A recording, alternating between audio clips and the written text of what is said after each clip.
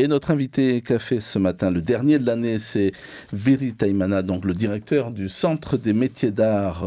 Yaorana, bonjour. Yaorana. Alors vous venez donc nous parler entre autres du statut 1% artistique, mais aussi des projets du centre de Mamao pour la prochaine rentrée de janvier 2021. Alors un nouveau projet de loi du pays envisage d'instaurer justement le dispositif du 1% artistique en Polynésie française, mais dans une version différente de la métropole et créant le statut de l'artiste émergent, on va en reparler. Alors ce dispositif devrait permettre d'alimenter le fonds pour la promotion de l'expression artistique au Fénois. Ça vous concerne à plus d'un titre, non ? Oui, effectivement, puisque nous formons des artistes, nous formons des artisans, des maîtres artisans, pour qu'ils puissent s'insérer dans le tissu économique. Et c'est une bonne chose qui est ce 1% artistique, puisque nous l'avions demandé en 2009 lors des États généraux de la Polynésie. Et là, on vient de le mettre dans le circuit d'être voté après pour qu'elle puisse bénéficier aux artistes, quoi. Alors, de quelle manière est-ce que ça va bénéficier justement aux artistes ? Dans la mesure où le pays fait des appels d'offres, chacun pourra, les modalités de mise en place, nous les attendons. Qui peut accéder à ces appels d'offres du pays ? Parce qu'en même temps, il y a la carte d'artiste professionnel et la création de la nouvelle carte d'artiste émergent. Donc, il nous faut connaître les modalités pour les cartes bénéficiant aux artistes émergents et les cartes professionnelles. Donc, nous attendons vivement une discussion, consultation pour pouvoir diffuser cette information auprès de nos élèves. D'accord, donc pour le moment c'est un peu le flou artistique donc autour de ces dispositifs. Ce dispositif instaure alors quand même une obligation pour la puissance publique de consacrer systématiquement, c'est dans les textes, une partie des budgets dédiés aux travaux portant sur des bâtiments publics et donc leurs abords à des réalisations artistiques. Alors déjà, on sait que ça concerne pas mal de bâtiments publics sur le territoire. Uniquement lorsqu'il y a soit une rénovation, une construction ou une rénovation. Et les bâtiments qui existants, non, il n'y a pas l'application de ce 1% artistique. De ce 1%. Vous souhaiteriez qu'on l'élargisse Enfin, ce que nous souhaitons, c'est qu'il y ait véritable politique culturelle et que la diffusion culturelle se fasse dans tous les secteurs d'activité, pas uniquement dans le bâtiment. D'accord, et ça profiterait donc beaucoup plus, ça ouvrirait plus de perspectives. Effectivement, plus de perspectives à nos élèves futurs artistes et en même temps aux artistes qui ne sont pas passés par une formation telle que le Centre des métiers d'art. Comment est-ce que le coronavirus, on va coller un peu plus à l'actualité, a affecté, a touché votre centre ? Disons que pour la première fois, lors du premier confinement, il y a eu tout un travail à distance. C'est-à-dire que nous avons utilisé une nouvelle technologie pour parler d'une autre technologie, celui de la précision du geste. Et tous nos cours étaient faits à distance. Et nous avons gardé le principe qu'une partie de notre enseignement soit transmis par Internet. C'est une autre manière d'aborder l'enseignement, d'aborder les relations entre personnes, quoi. Donc vous ne tirez pas que du négatif de cette expérience ? À partir du moment où on est des créatifs, il faut trouver quelque chose d'intéressant dans ce que nous proposons ou ce qui nous est imposé. Non, c'est particulier, c'est prenant. parce que on s'aperçoit que le temps n'est plus le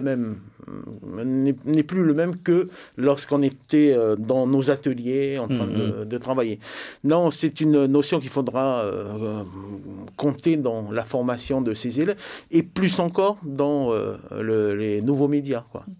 Alors c'est l'occasion de braquer un peu plus donc les projecteurs sur l'activité du Centre des métiers d'art. Aujourd'hui, c'est combien d'élèves ? Aujourd'hui, on est resté à 40 élèves puisque la structure ne permet pas d'augmenter encore davantage le nombre d'élèves en formation. Vous refusez du monde ? On est contraint par la sécurité dans les ateliers. Donc l'idée étant de sélectionner ceux pour qui le Centre des métiers d'art est véritablement un outil de développement personnel et un moyen de les insérer dans la vie active.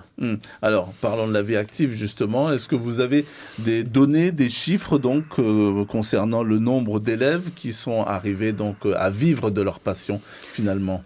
Dans les 2 dernières promotions, puisqu'on est passé dans la formation avec des diplômes reconnus par l'État au niveau CAP et baccalauréat professionnel, la première promotion, la majeure partie, à 80% des élèves travaillent dans ce secteur d'activité. La deuxième promotion, ils sont encore en attente des aides pour la création d'entreprises, pour les aides pour s'équiper. Et vu la crise économique que nous traversons, donc il nous faudra un peu de temps pour que tout le monde trouve ses repères et puisse se lancer dans cette activité. Mais on les suit de près. Ouais. Dans quel secteur surtout est-ce que vos élèves se dirigent ?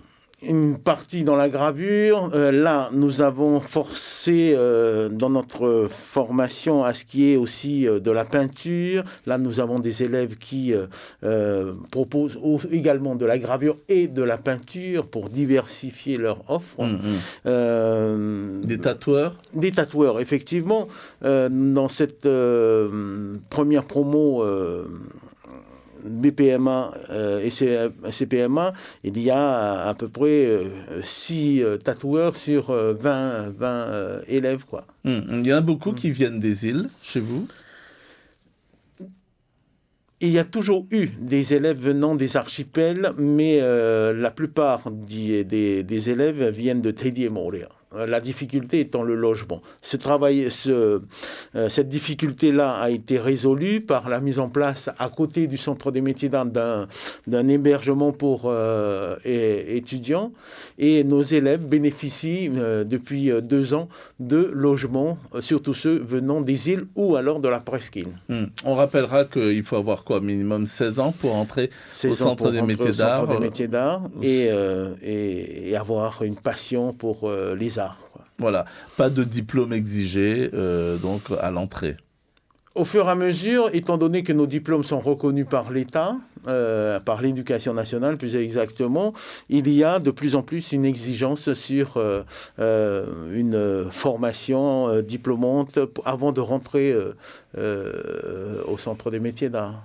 Est-ce que, par exemple, les anciens qui peuvent jouer ce rôle de grand frère, par exemple, chapeautent en quelque sorte les nouveaux, ceux qui arrivent, les prennent un peu sous leurs ailes pour les aiguiller? Effectivement, puisque les élèves anciennement diplômés, ceux qui ont créé l'entreprise, prennent en stage les nouveaux élèves du Centre des métiers d'art, puisque c'est une obligation dans la formation qu'ils soient en stage, en période de stage en milieu professionnel. Donc, une partie se retrouve dans les ateliers des anciens élèves et je trouve ça extraordinaire.